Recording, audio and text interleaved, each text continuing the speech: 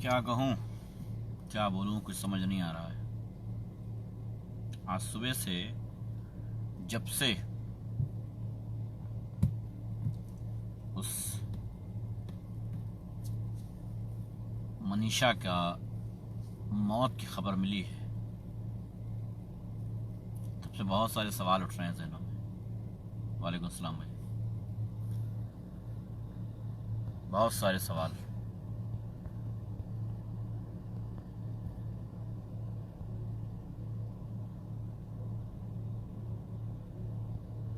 वालेकुम सलाम भाई, सभी को वालेकुम सलाम। बहुत सारे सवाल उठ रहे हैं। चार मुजरिम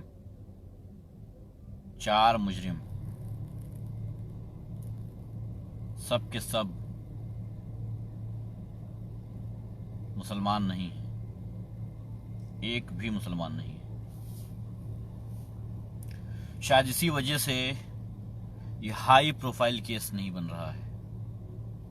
शायद इसी वजह से लोग सड़कों पे उतरने से पीछे हट रहे हैं। शायद इसी वजह से हिंदू सेनाएं, तथा कथित हिंदू सेनाएं सड़कों पर हथियार लेके घूम नहीं रहे हैं, गाड़ियों में आग नहीं लगा रहे हैं, थानों को जला नहीं रहे हैं, लोगों को पीट नहीं रहे हैं, इंसाफ की गुहार नहीं लगा रहे हैं, क्योंकि इसमें कोई नाम हिंदू का नहीं था, सॉरी, कोई नाम मुसलमान का नहीं था। एक नाम अगर इसमें मुसलमान का हो जाता, एक नाम, तख्ता पलट जाता। हर जगह सिर्फ यही हत्याकांड, यही रेप कांड दिखाई देता। हर जगह यही होता कि किसी भी हाल में मौत की सजा तो मिलनी ही चाहिए।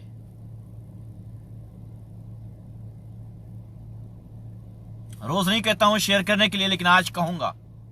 लोग आईपीएल देखने में मसरूफ होंगे, इसलिए शेयर जरूर कर देना ताकि उन तक पहुंच जाए, ताकि उनकी बेटी की जान जो खतरे में है वो शायद बच सके। मैं अपने लिए नहीं कह रहा हूं, तुम्हारी बेटी, तुम्हारी बहन के लिए कह रहा हूं, तुम्हारी मां के लिए कह रहा हूं। पता है, किसी की जबान काट दी जाए, वो अपने दर्द, अपनी तकलीफ बता ना पाए, उसकी हड्डियां तोड़ दी जाएं, उसका गैंग रेप कर दिया जाए, लेकिन वो बता ना पाए। प्रणाम भाई,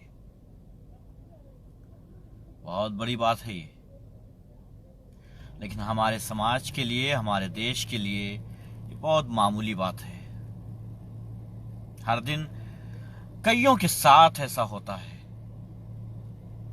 क्योंकि उसमें कोई मुसलमान नहीं था, इस वजह से इस पे कुछ नहीं होगा। हां, बताया जाता है कि उत्तर प्रदेश में कानून का राज है और पुलिस का इकबाल बुलंद हुआ है। मैं जानना चाहता हूं कि आखिर इकबाल होता क्या है, पुलिस का इकबाल कैसे बुलंद हुआ है, और कानून का राज क्या है? क्या यही कानून का राज है? क्या यही पुलिस का इकबाल बुलंद हुआ है?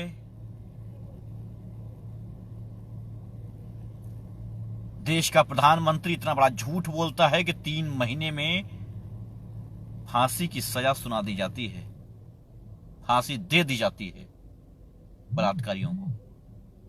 ये कौन कहता है? ये देश का झूठा प्रधानमंत्री कहता है। देश का झूठा प्रधानमंत्री कहता है। प्रदेश का मुख्यमंत्री कहता है अपराधियों ने शहर छोड़ दिया है, प्रदेश छोड़ दिया है। उसके झूठे मंत्री कहते हैं कि कानून का राज है। मैं सिर्फ मर्डर की बात नहीं कर रहा, मैं सिर्फ फिरौती की बात नहीं कर रहा, सिर्फ डकैती की बात नहीं कर रहा। भाई लोग शेयर इसलिए कर देना क्योंकि नहीं पसंद है आईटी सेल को कि ये बातें की जाएं।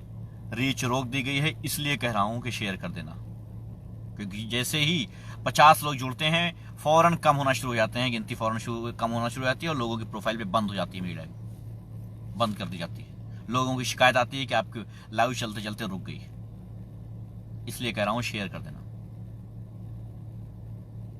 मैं फिरौती की बात नहीं कर रहा हूं, मैं मर्डर की बात नहीं कर रहा हूं, मैं हत्या की बात नहीं कर रहा हूं, एक गैंग से दूसरे गैंग की बात नहीं कर रहा हूं। मैं उसकी बात कर रहा हूं जो बेटी पढ़ाओ और बेटी बढ़ाओ, बेटी बचाओ जैसे बड़े बड़े नारे देकर के सरकार सत्ता में आई थी। निर्भया केस आपको याद होगा, सड़कें जाम हो गई थी।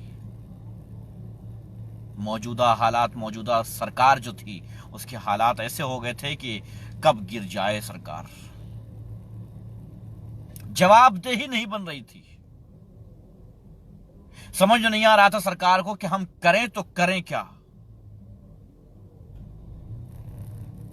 लेकिन आज के दौर में अगर कड़े शब्दों में मैं सवाल कर लूं तो कुछ घंटों में सलाखों के पीछे रहूंगा। लेकिन हां, सलाखों का डर होता तो आवाज ना उठाता। सलाखों का डर नहीं है, इसलिए सवाल उठा रहा हूं। क्या जरूरी है कि हर गैंगरेप में एक मुसलमान शामिल हो तभी उसको सजा दी जाए?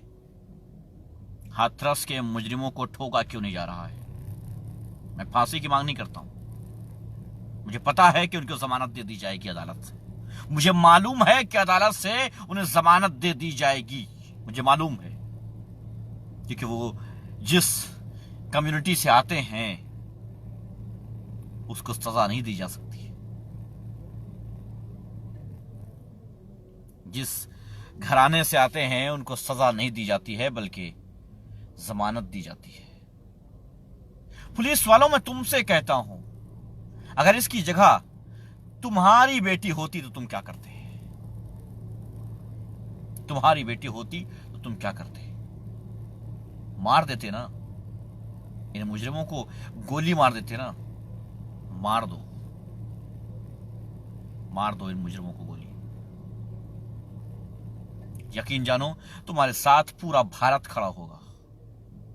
हैदराबाद की प्रियंका रेड्डी याद है ना, उनके मुजरिमों को गोली मारी गई थी, याद है ना? मार दो गोली।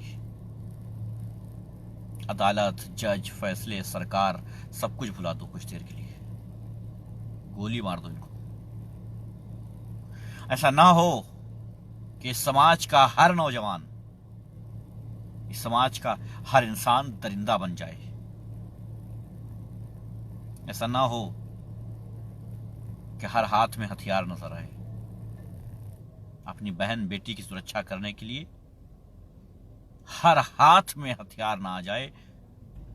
अगर ऐसा चाहते हो तो इन मुजरिमों को मार दो,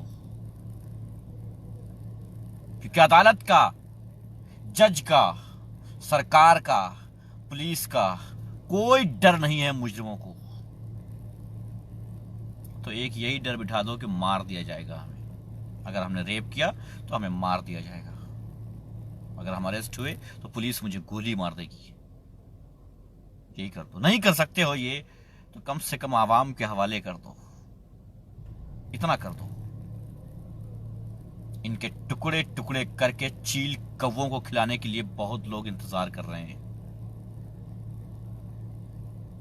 बहुत लोग इंतजार कर रहे हैं। जब तक इनको चील कौवों को ना खिलाया गया काट के, तब तक हर बेटी का शरीर ऐसे ही नोचता रहेगा, तब तक हर बहन की जबान ऐसे ही काटती जाती रहेगी। अफसोस, हम कहते हैं भारत माता, सच तो ये है हम लोग इस लायक ही नहीं हैं कि हम किसी को मां, बहन, बेटी कह सकें। नहीं है इस लायक, लेकिन हम गाय को भी माता बना लेंगे, धरती को भी माता बना लेंगे। बाकी चीजों को भी माता बना लेंगे। क्यों? क्योंकि हम अपनी माता, अपनी बहन, अपनी बेटी की सुरक्षा तो कर नहीं पा रहे हैं, कम से कम उनकी कर रहे हैं। बड़ा दुख होता है ये सुन करके कि हर घंटे रेप होते हैं, हर घंटे मौतें होती हैं इस तरह से।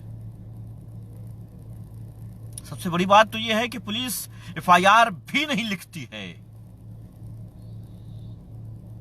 यही है हमारा भारतवर्ष। आज के नौजवानों, एक बात याद रखना, सब कुछ तुम्हारे हाथों में है। देख लो कैसे और क्या करना है। देख लो कैसे और क्या करना है। अपनी बहन बेटियों के मुजरिमों को स्वागत समारोह मनाना है, माल्यार्पण करना है, पार्टी में पद देना है, पुरस्कार देना है, या अपनी बहन और बेटी की इज्जत को बचाना है। ये मालूम है क्यों हुआ है ये सब? मालूम है आज रेप इतने ज्यादा बढ़ क्यों रहे हैं, हत्याएं बढ़ क्यों रही हैं, अपराध बढ़ क्यों रहा है? क्योंकि अपराधियों को लगातार सुरक्षा दी जा रही है। अपराधियों को लगातार सुरक्षा दी जा रही है, पुरस्कृत किया जा रहा है, उन्हें पुरस्कार दिया जा रहा है उन्हें। कौन है ये लोग जो पुरस्कार दे रहे हैं? तो पता चलता है कि मौजूदा सरकार से जुड़े हुए लोग हैं। साफ जाहिर है कि मौजूदा सरकार से जुड़े हुए लोग मुजरिमों को पुरस्कृत कर रहे हैं। इसका मतलब कि यह क्राइम कराया जा रहा है, हो नहीं रहा है, कराया जा रहा है। बहन बेटियों की इज्जत को कुचला जा रहा है। कोई अगर आवाज उठाए तो उसके ऊपर एफआईआर हो जाएगी, उसका पेज डिलीट कर दिया जाएगा, उसकी प्रोफाइल बैन कर दी जाएगी, उसकी आवाज दबा दी जाएगी। किसी भी हाल में आवाज बढ़नी नहीं चाहिए, दूर तक जानी नहीं चाहिए। अब यह आप पर निर्भर करता है, आप क्या चाहते हैं। जैसी आपकी मर्जी, जैसा आप चाहें। ये मत सोचना कि आपकी बहन, आपकी बेटी, आपकी मां सुरक्षित है। एक पल के लिए सुरक्षित नहीं है, एक पल के लिए। कब क्या और कैसे कहां हो जाए कोई भरोसा नहीं है। कुछ कहने को मन नहीं है, कुछ कहने का दिल नहीं है, कुछ समझाने का मन नहीं है। लगता है कि अपनी निगाहों के सामने सब कुछ तबाह होते हुए देख रहा हूं और मजबूर हूं कि कुछ कर नहीं पा रहा हूं। नमस्कार भाई। सब कुछ अपनी निगाहों के सामने बर्बाद होते देख रहा हूं और कुछ नहीं कर पा रहा हूं। कुछ नहीं इसलिए कर पा रहा हूं क्योंकि सबके कानों में रुई पड़ी हुई है, सबके आंखों पे पट्टी बंधी हुई है, इसलिए नहीं कर पा रहा हूं। अगर सब जग रहे होते, आंखें खुली होती, कान खुले होते, तो हालात ये ना होते। सोचता हूं किसी टॉपिक पे आगाह कर दूं, सोचता हूं किसी टॉपिक पे समझा दूं, सोचता हूं किसी टॉपिक पे रोशनी डाल दूं। फिर दिल कहता है क्यों, किसके लिए? क्या कोई सुनना चाहता है? क्या कोई जानना चाहता है? क्या कोई इंतजार करता है?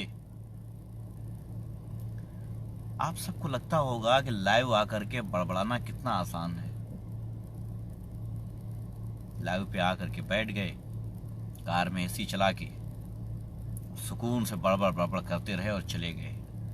लेकिन काश कि आप तकलीफ भी समझते दिल की, इससे आने वाली परेशानियां भी समझते। ये अल्फाज ऐसे नहीं निकल रहे हैं, ये अल्फाज ऐसे नहीं निकल रहे हैं। कभी कोशिश कीजिएगा कि कैमरे के सामने आकर के बैठिए और बात करिए, कभी कोशिश कीजिएगा, पता चल जाएगा। कि दिल में जब तकलीफ होती है ना, तब अल्फाज निकलते हैं। किसी के लिए हमदर्दी होती है तब निकलते हैं। खैर, इससे आप सबको कोई लेना देना नहीं है। मैं आप सबका वक्त बर्बाद कर चुका हूं। 4 मिनट पहले आईपीएल शुरू हो चुका है। जाइए देखिए, आईपीएल शुरू हो गया है। कहीं एक बॉल मिस ना हो जाए, बहुत नुकसान हो जाएगा। बहन बेटी की बात बाद में कर लेंगे। इज्जतें लुटती हैं तो लुटने दो। इतने बड़े मुल्क में ये तो होना ही था। जब कोई मुसलमान शामिल होगा तो बोल देंगे। अगर कोई मुसलमान शामिल होगा किसी गैंगरेप में, इनकाउंटर भी करवा देंगे, सड़कों पर निकल भी आएंगे, आतंकवादी भी घोषित कर देंगे, सारे मुसलमानों को शक की निगाह से देखेंगे और बड़ी बड़ी बातें करेंगे। मुहिम छेड़ देंगे मुसलमानों के खिलाफ। अगर कोई मुसलमान शामिल हुआ तो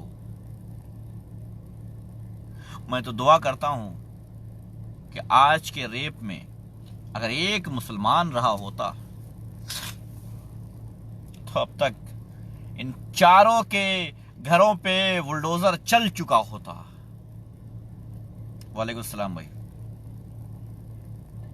अफसोस कि इसमें कोई मुसलमान शामिल नहीं था, वरना अब तक सबके घरों को गिरा दिया गया होता। पीएससी पहुंच गई होती, घर वालों को तबाह कर दिया होता, मारते मारते घर के बाहर ले आए होते, और रास्ते में ये तो गाड़ी पलट जाती, ये तो वो छुड़ा के भाग रहे होते और मारे जाते। शर्मिंदा हूं मैं उस मां, उस बहन, उस बेटी से जो भारत में मौजूद है। तुम्हें कोई इंसाफ नहीं दिला सकता बहन, तुम्हें कोई इंसाफ नहीं दिला सकता। कल को तुम पर कोई मुसीबत आ गई ना, तो इस समाज से उम्मीद मत रखना। जो कुछ करना है खुद कर डालना, समाज से उम्मीद मत करना। किसी को गोली मार देना, अगर कोई छेड़खानी करे तो गोली मार देना, तेजाब डाल देना, उसकी शक्ल खराब कर देना, मगर इस समाज से उम्मीद मत करना। समाज से उम्मीद किया तो इज्जत लुट जाएगी और जान चली जाएगी। यही समाज के लोग ही हैं जो इज्जत लूटते हैं। पाकिस्तान से नहीं आते हैं, अमेरिका से नहीं आते हैं, नेपाल चीन से नहीं आते हैं, घुसपैठिए नहीं हैं, इसी देश के वासी हैं। और किसी न किसी राजनीतिक पार्टी से जुड़े हुए लोग हैं। या तो सभी मां बहनें बेटियां राजनीतिक पार्टियों से जुड़ जाएं, तो उन्हें Y+ सुरक्षा दे दी जाएगी, तब वो सेफ रहेंगी। या तो फिर हाथ में बंदूक या तेजाब लेके चला करें, तब महफूज रहेंगी। और या फिर जो कुछ हो रहा है ये होता रहे और वो बर्दाश्त करें। खैर, कहते कहते आपका काफी वक्त बर्बाद किया। आखिरी बार थोड़ा सा वक्त सभी मां बहनों के लिए, सभी मां बहन बेटियों के लिए, कि माओ बहनों बेटियों सुनो, सुनो, कम से कम तेजाब लेके चलो अपने साथ। कम से कम एक इतना बड़ा चाकू लेके चला करो हरदम। पहले जमाने में कबीले हुआ करते थे और कबीले की माएं बहनें भी साथ में, क्योंकि वो कबीले की जंगजू हुआ करती थी तो वो तलवार लगाए रहती थी। आज हर मां, हर बहन, हर बेटी को वो तलवार लगाने की जरूरत है अपने साथ। अगर अपनी सुरक्षा चाहती हो तो कम से कम इतना बड़ा चाकू लेकर के जरूर चलो कि गर्दन काट सको किसी की। याद रखना, वरना ये समाज ना जीने नहीं देगा। ये देखता है, मौका ढूंढता है, बहाने ढूंढता है, चाहे परिवार का हो, चाहे मोहल्ले का, गांव का, शहर का हो, कोई भी हो। जब तक उसे मौका नहीं मिलता है तब तक तो वो आपका सगा रहता है। मौका मिलते ही सब कुछ खत्म कर देता है, सब कुछ तबाह कर देता है। इसलिए बेहतर यही होगा कि आप अपनी सुरक्षा स्वयं करें, क्योंकि आप ऐसे मुल्क में पैदा नहीं हुई हैं जहां पर आपकी आरती उतारी जाए। हाँ, गाय की आरती उतार देंगे वो अलग बात है, लेकिन आपकी आरती उतारी जाए ये नहीं हो सकता। आपकी पूजा की जाए ये नहीं हो सकता। आपकी इज्जत की जाए ये नहीं हो सकता। बहुत बहुत शुक्रिया आप सबका, धन्यवाद, बहुत बहुत शुक्रिया, धन्यवाद। आप सब लगे रहिए, आईपीएल देखिए। 10 मिनट हो चुके हैं आईपीएल शुरू होने में, हम बातें बाद में कर लेंगे। जय हिंद, जय भारत। और हाँ, एक नारा दिया था मैंने 2 साल पहले, एक नारा दिया था मैंने। मेरे हर लाइव पे लिखा होता था, मरता भारत का भय, मरता भारत का भय। आज वो भय दिख रहा है। एक एक शब्द सच हो रहा है, होगा, होता रहेगा, क्योंकि हम हवा में तीर नहीं चलाते हैं। वालेकुम सलाम भाई, सोच समझ कर बोलते हैं। मरता भारत का भय जो कहा था ना, देखो वो भय, महसूस करो वो भय। आज उस मरते भारत का भय महसूस करो।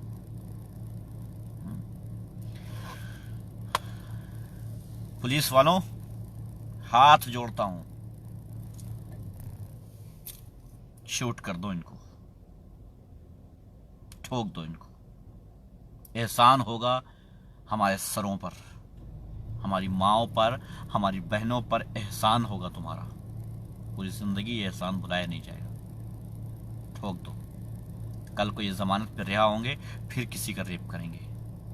इसलिए इनका किस्सा तमाम कर दो, इनका किस्सा तमाम कर दो।